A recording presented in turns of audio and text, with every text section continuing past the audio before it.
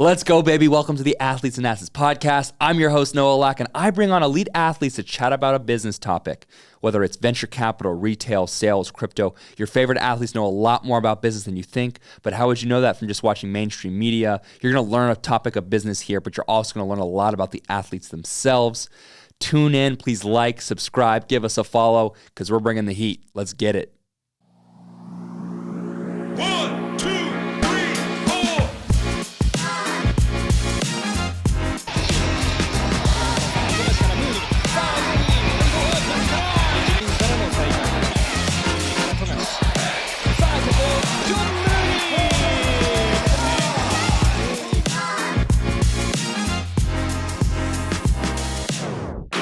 Let's go. I'm joined with my guy, John Mooney, professional basketball player, former Notre Dame legend, is in Japan, gearing up for his third season with Chiba Jets. John has had a great career so far, and I'm glad that we get to chat with him and see where his head's at in terms of his business acumen, and I'm going to put John to the test. But John, let's skip the small talk. You know Japan is a big gaming country, right? They've come out with some pretty incredible video games. I don't even know if you're a gamer. I didn't ask you, but I just want to give you some trivia just to see if you got it. Shouldn't be super tough, but can you name me 3 iconic games that the Japanese have created? Super Mario. Man, I don't even know. You're putting me on the spot here. Yeah. I don't even know if Sorry. Super Mario is the right answer, but I'm gonna go Super That's Mario. one. No, you're 1 for 1 right now. I'm gonna go Sonic, and I'm gonna go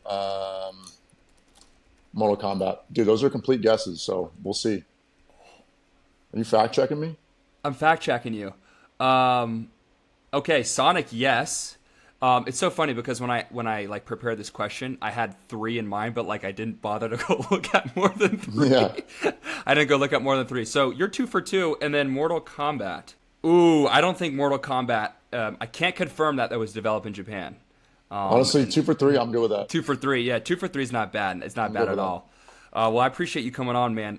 It's I did some research on Japanese business culture. You're in Japan right now, and obviously you're all in on hoops, right? It's pretty evident that you want to play as long as you can. You've been in the pro game for a couple years now, and obviously the stats show you're in it. But I'm not here to deflect you from that. But we got to get you smarter on this Japanese business culture. Maybe you can educate me. What have you noticed about the culture in Japan, and I guess speak to your time there? Yeah, I mean, firstly, I love my time in Japan. The Japanese people are great. It's a different culture, and it took me a little bit to get adjusted to. But I love it there. The people are polite. They're very respectful. And in terms of just a business standpoint, they're very detailed. They have their own set of rules that, you have to follow, and they expect you to follow. They expect you to know. And there's some pros and cons to that, but I'm playing on their turf, so I have to abide by those rules, and I have to learn them. And like I said, they're a smart group of people. The culture is great, and I've really enjoyed my time there. What was your welcome to Japan moment culturally when someone had to tell you, hey John, don't do it like this. You need to do this. Yeah, so one of the things that kind of stands out about Japan, like I said, is they're very rule based, and they have their own set of rules that you have to follow. For instance, this has nothing to do with business, but it kind of paints a picture. Sure. When you're going through a mall, or you're going through a subway station, whatever it may be, and there's an escalator, everyone stands on the left side. It's kind of like a line. And if you want to walk up, you can walk up the right side. But if not, you better be on that left side to let other people pass. So when I was there, I was kind of on my phone, minding my own business, and I'm standing on the right side, not moving. And someone looked at me like, are you crazy? And they kind of pulled me over. But that kind of just paints a picture, they have their own set of rules. And, if you go in there and you kind of mess it up, they'll look at you funny. Yeah, no, I thought when we're in American airports and you're going down sort of the flat escalator, and even escalators themselves, we line up on the right side, right? And people pass on the left. You're saying here you got to line up on the left side and people pass on the right? Right. But it's way more, it's detailed. Structured. Yeah. Yeah, it's way more structured. when I came back to America, I was kind of noticing it, but people are kind of in the middle. They're on all different sides, blocking Yeah. traffic. But yeah, you can't do that over there. What about dress code? Have you found like you need to dress differently when you go on like team outings or different occasions? I would say like my teammates, they're into streetwear. That's kind Okay. of a big thing in Japan. Hoop culture. Okay. There's not really like a dress code per se. Maybe in a business setting, they're real formal. They got the black suit, they got the black tie and everything. If you walk through Tokyo and in the kind of a business district, the financial district, you'll see. I mean, everyone's dressed up to a T. But street culture is definitely a big thing over there in terms of everyday fashion. Yeah, 100%. Well, I've done some research, and maybe some of my findings could help you as you continue to thrive in Japan and get more business opportunity. I want to make sure you're prepared on, like, you know what you're doing. So let me show you one thing that I learned from research. Like, business cards in Japan are everything. So if like someone hands you like a business card, and this is like old health and care insurance, like this isn't a rare card, but like apparently in Japan, if someone hands you a business card, like that is a symbol of them, like part of of who they are, and so it is not in your best interest to just shove the business card in your pocket. That's like disrespect. That's like smoke. Yeah, You know yeah, what I mean? Like the best. I think that the best way to do it is to have like a wallet, put the business card in it, and then put it somewhere on your torso. Maybe you have like a frocket here yeah. that you could put it in. But that was a big one that I thought was interesting. Yeah, I mean, like you said, I think in terms of Japan interactions, respect is a big thing. If you shove that business card in your pocket, you're ducking them some smoke, like you kind of said. Yeah. But like another thing that I picked up on is bowing. So like when you go there and you bow, Yes. Yeah. you're expected to bow lower than the guy who's bowing to you as a sign of respect. That's kind of another thing That that that that is I picked up exact. on. That is exactly the next thing I was going to talk about. So, according to my research, there's three types of bows. There is, I guess I'll start with the 15-degree angle. Like bowing 15 degrees is the more casual, like, hey, I see you, neighbor. Hello, right? Yeah, Hello. But like also bowing 15 degrees and I'm looking you in the eyes is like what they do in martial arts. So like that's another like smoke causer right there. Like bowing, like you got to bow at a deeper angle, which yeah. brings us into like the 30-degree angle, which is sort of the business bow. Yep. And I think the one that sort of you mentioned, right? Like you look at someone, bow 30 degrees, and that's like the sign of business respect. But you can't bow to the 45 to 90 because that is like apparently the deep apologetic bow. That's like, I'm so sorry, sir. And that bow is just an exaggerated, action. So Dude, like I I think well, I think you're right. I've seen some 45s. you I've, see I've some 45ers. I've seen some 45s, dude. They get low, man, They and, get like, low. and you're expected to get down there with them. So it's pretty cool. It's funny, like going over there, you don't really think of that stuff, but like Yeah. that's just a part of their culture that I honestly respect because you know I'm pretty old school in terms of how I was brought up. You shake someone's hand, you look them in the eye, but that's their version of a handshake. So you gotta respect it. That's crazy. You've seen a lot of 45ers. I mean, you're 6'9", right? You're a tall guy. You just got off a big game. You're exhausted. Your back hurts, and you got to go meet someone after the game. And that bow, I know, I know. We don't think like this is like a big deal to a lot of people. They're like, no, For what are you sure, talking about right now? But hey, I know how the big man. I know how it can get, man. you gotta hit them with a 45. Yeah, hit him with that 45. The eye contact's another one. So apparently, like, there's sort of a very indirect culture there. And so, like you said, I'm looking you in the eyes and I'm shaking your hand, firm grip, etc. That's like a direct approach. Um, Apparently, and correct me if I'm wrong, but eye contact there is not. That's not really the best way to greet someone. Aside from the bow, even if I'm shaking someone's hand, to look at them below the eyes, like to more like the neck and mouth area. That's sort of more the appropriate way to greet someone rather than staring at them because there's sort of an indirect culture there. And even in sort of a business meeting with the Japanese, to directly ask them, like, are you going to do this or are you going to do that? A yes or no question. I've heard that a suggestion is the way to ask versus like a direct, request. Yeah, I think that's accurate. And I think as an American, we're kind of, we're maybe a little more loud, maybe a little more confident in a way than other cultures. Yeah. So as something that I've picked up on is like when you first come into a meeting, or maybe you're meeting someone for the first time, you don't want to be the guy who's coming up aggressive because they get turned off by that a little bit.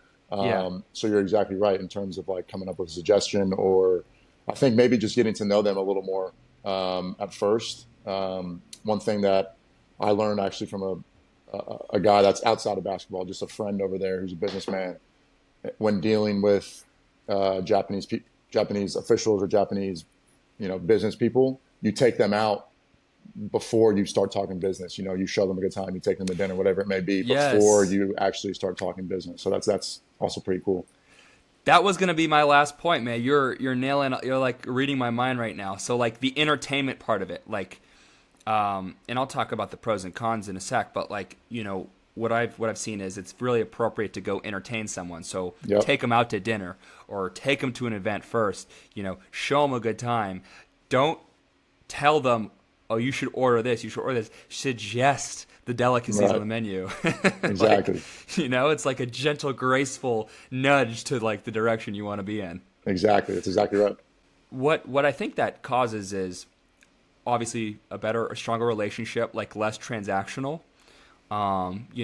Really, I guess, getting to know someone first before you engage in some sort of deal. On the other hand, America is such a competitive place, especially where I am here in the Bay Area, where people are racing to build companies as fast as they can. Speed of execution is like a skill on its own. It's almost as important as the idea of the company.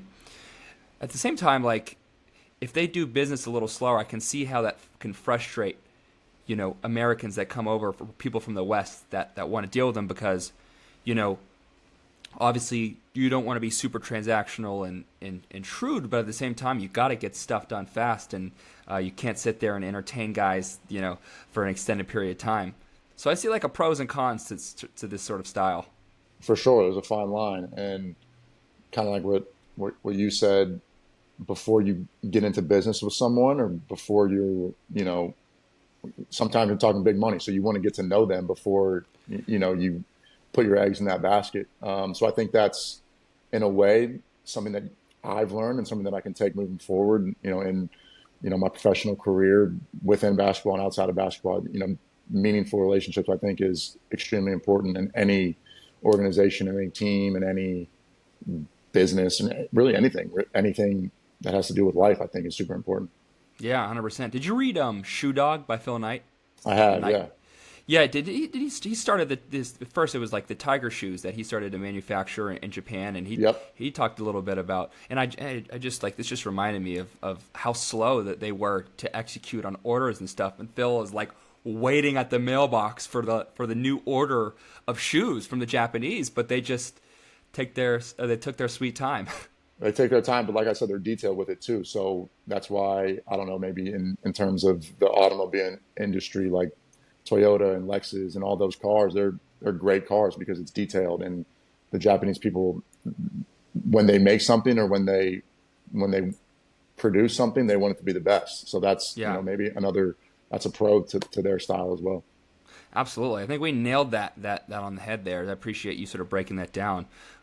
Wanna like switch gears here and chat about this exploratory phase you're going in, man. Like you're going to be playing for a while, but it seems like you have the right idea in terms of starting to form that next stream of income.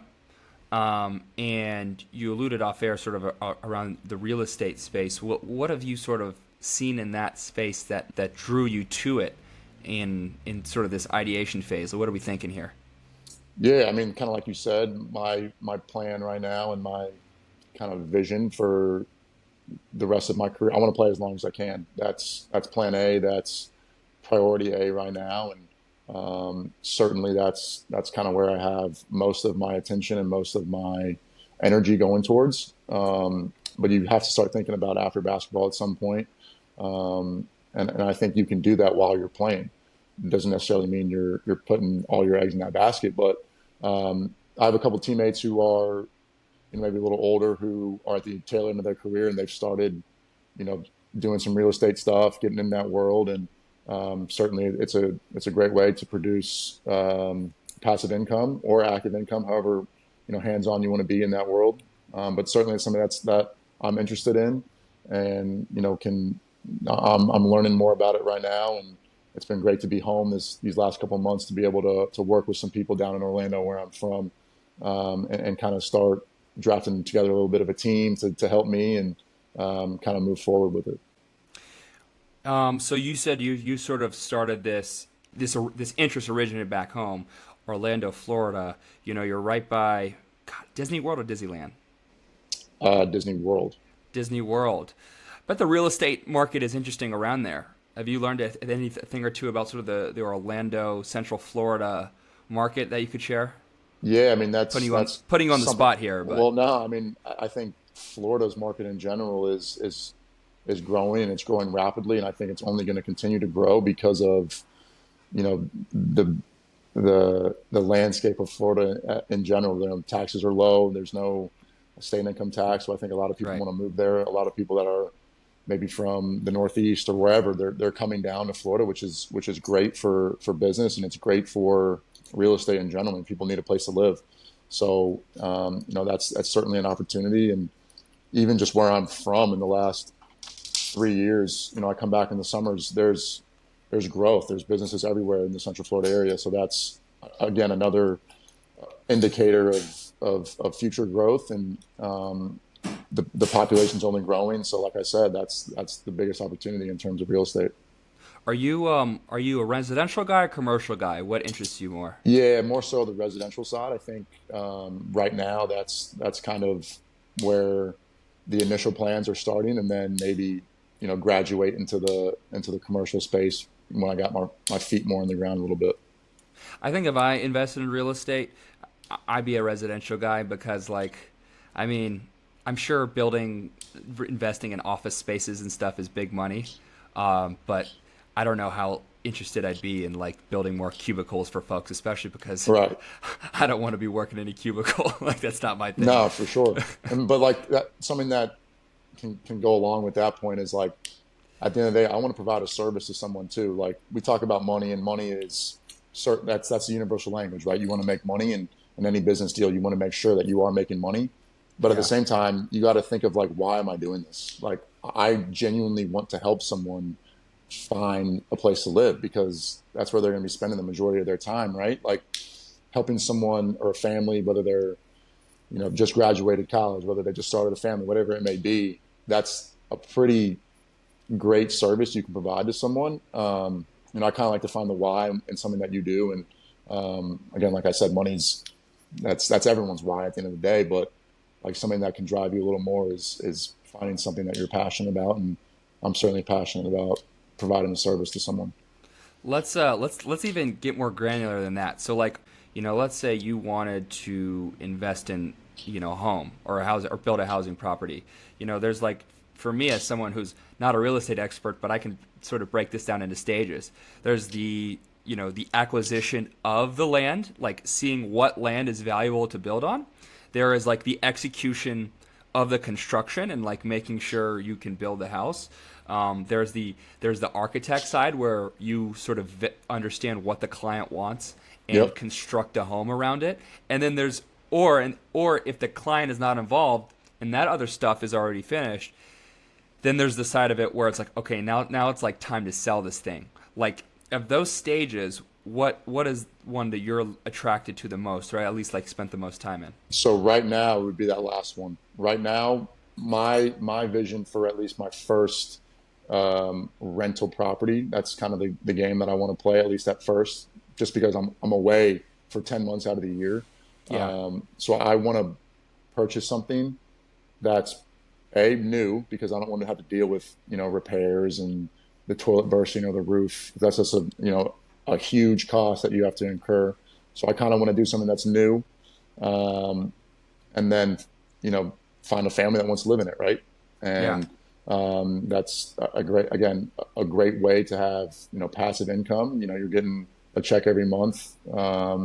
And like I said, I'm providing a service to that family. So at the first, I definitely have aspirations to get to the planning stage and the land stage and the architecture stage. But right now, it's more so that last one where I'm literally just buying a property that's already existed, or maybe one that's going to be built, and then having someone rent it out.